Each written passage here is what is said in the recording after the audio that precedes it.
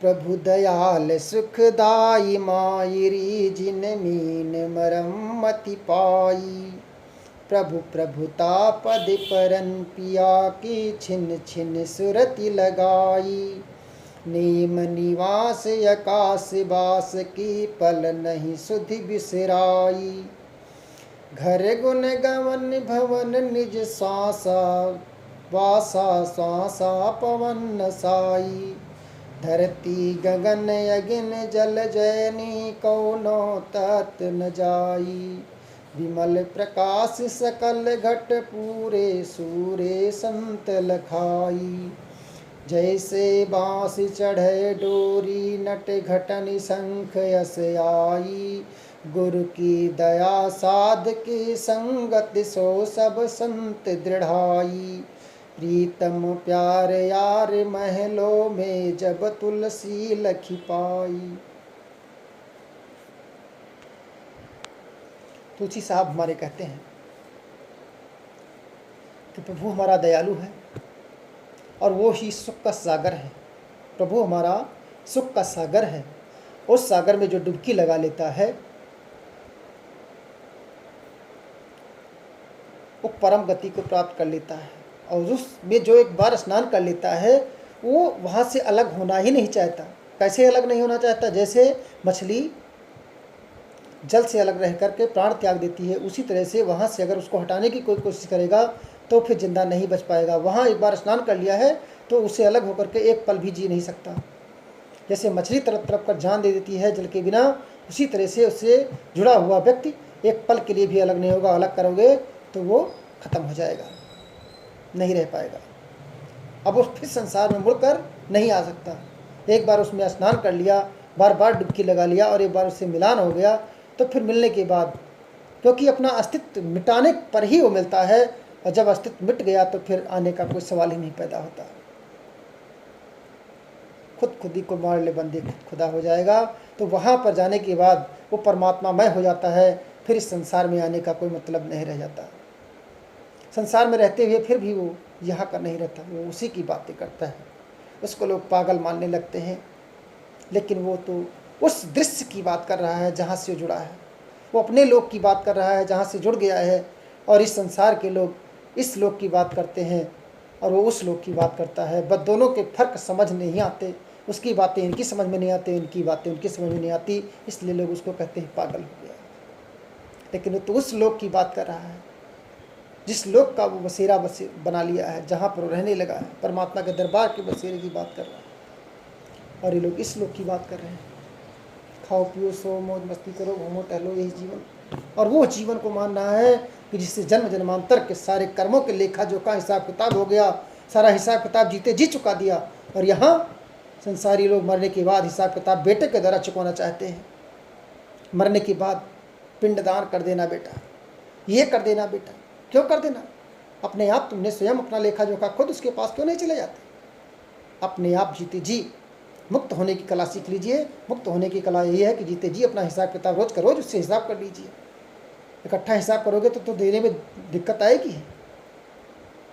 सारे हिसाबों का लेखा जोखा एक साथ में कोई 10 साल का हिसाब मांग ले तो नहीं दे सकते हो, और अपनी ज़िंदगी का हिसाब मांगेगा कैसे दोगे? इसलिए साहब कहते हैं हमारे लेखा जोखा रोज का रोज आना दाना प्रदान करो, उससे संबंध बन जाएगा। हिसाब किताब देने के लिए आप तैयार रहेंगे, वहाँ पहुँच करके हिसाब दे दीजिए।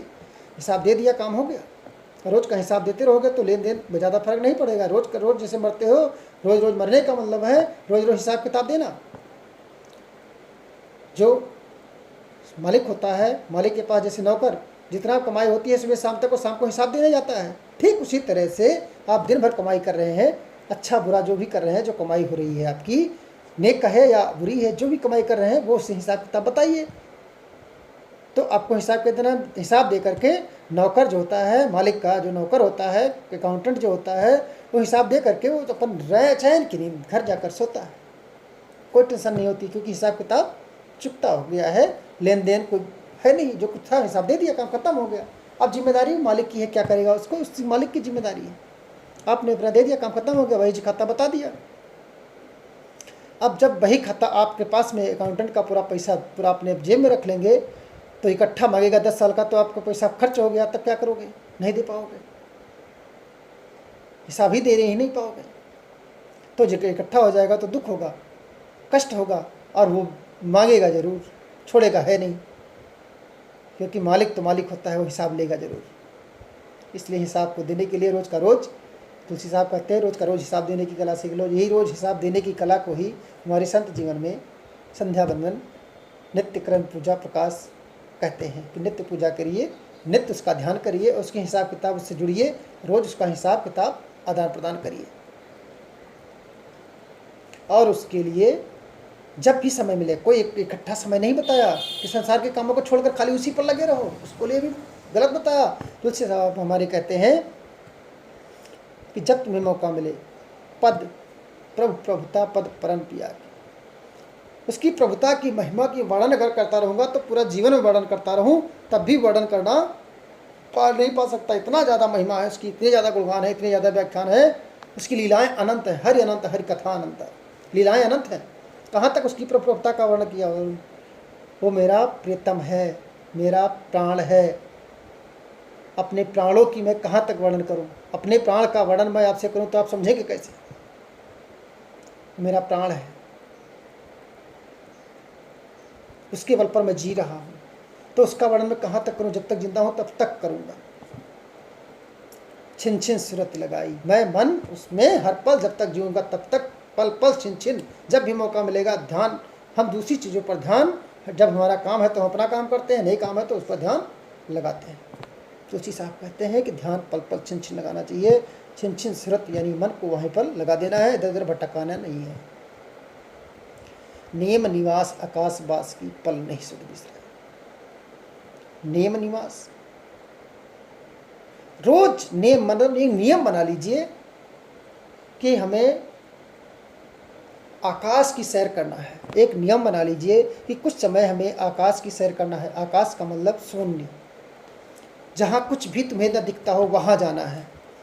जहाँ रास्ता पता है वहाँ तो सब लोग जा सकते हैं, जहाँ रास्ता पता ही नहीं है वहाँ जाने की कुछ क्षण दे दो उसके लिए, कि उसका खोज एक वैज्ञानिक विधि है। ये अरे गरुल काम नहीं है, एक साहसी व्यक्ति का काम है, खोज का काम है। शून्य में जो दिखता नहीं है फिर भी उसे देखने की साहस रखता है, हिम्मत रखता है। तो तुलसी साहब कहते हैं नेम निवास, नियम बना लीजिए एक, कि हमें निवास वहाँ करना है जो आकाश तत्व है, जो शून्यवत है, जहाँ पर शांति ही शांति है। और आकाश कोई छोटा मोटा नहीं, चाहे जितनी ऊंचाई चाहे जितनी गहराई में ढूंढो कहीं अता पता नहीं मिलेगा। उसी तरह से आकाश तत्व की तरह परमात्मा है, आकाश तत्व है, पल नहीं सुध बिसराई। अगर इसके यहाँ पर चले गए तो उसका ध्यान एक पल के लिए भी ध्यान से नहीं हटना चाहिए, तुम्हारे ध्यान में हमेशा बना रहना चाहिए। और वहाँ तुम्हारा घर बन जाएगा कि घर गुण गवन भवन निवास, तुम्हारा घर बन जाएगा। 3 गुणों से पार हो जाओगे, रजोगुण तमोगुण सत्वगुण, तीनों से पार होगे तब तो आकाश तत्व में पहुँचोगे। आकाश में उड़ान उड़ने के लिए आकाश तत्व में 3 गुण नहीं है। आकाश में 3 गुण नहीं होते, 3 गुण तो पृथ्वी लोक पर है। जो ये 5 तत्व बनाए गए हैं, 3 गुण बनाए गए हैं, ये सारे पृथ्वी लोक के हैं।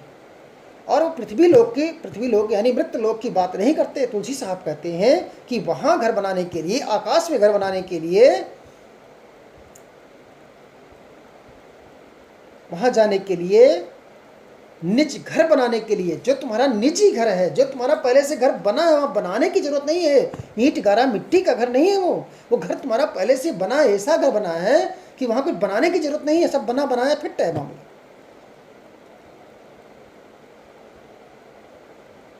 और वहाँ रहने के लिए भी नहीं है कि तुम जाकर के रहोगे, लेकिन आना जाना तुम्हारा लगा रहेगा। सांसों के सहारे वहाँ जाओगे, आओगे तो आनंद की स्फूर्ति लेकर के आते रहोगे। जितना तुम्हें यहाँ दुख होगा वहाँ जाकर हिसाब किताब बता दोगे तो उधर से आनंद का स्रोत लेकर के आओगे। वहाँ तो सांस का भी रुकना मुश्किल है, सांसा पवन साई, वहाँ सांस भी नहीं ठहर सकता। और जितनी देर ठहरा सको श्वास को भीतर, उतनी देर ठहराओगे, वही ठहरने में ही वो आनंद उत्पन्न, उतनी देर में ही आनंद लेकर चला आएगा। वहाँ तो धरती गगन अग्नि जल ज्वानी कौनो तत्व न जाई, उसमें जो शून्यमत है वहाँ पर धरती गगन आकाश ये सब उसी के खेल है बनाए हुए, सतगुरु दरबार के खेल हैं। ये तीनों तत्व से परे हैं, 5 तत्वों से परे, 3 गुणों से रहित है वो। उसको संतों ने विमल प्रकाश कहा है। शून्यवत जो बताया, शून्य में भी अंधेरा दिखता है, शून्य जब बनाओ तो अंधेरा दिखता है, लेकिन संतों ने उसको परम प्रकाश कहा है। परम प्रकाश, विमल प्रकाश, विमल प्रकाश सकल घट पूरी सुनती तीर्थ लखाई। वो तो पूरे ब्रह्मांड में व्याप्त है, उसको वहाँ जाने की, चढ़ने की जरूरत नहीं है। जो पिंड माही ब्रह्मांड समाया, जो भीतर है वो बाहर भी है।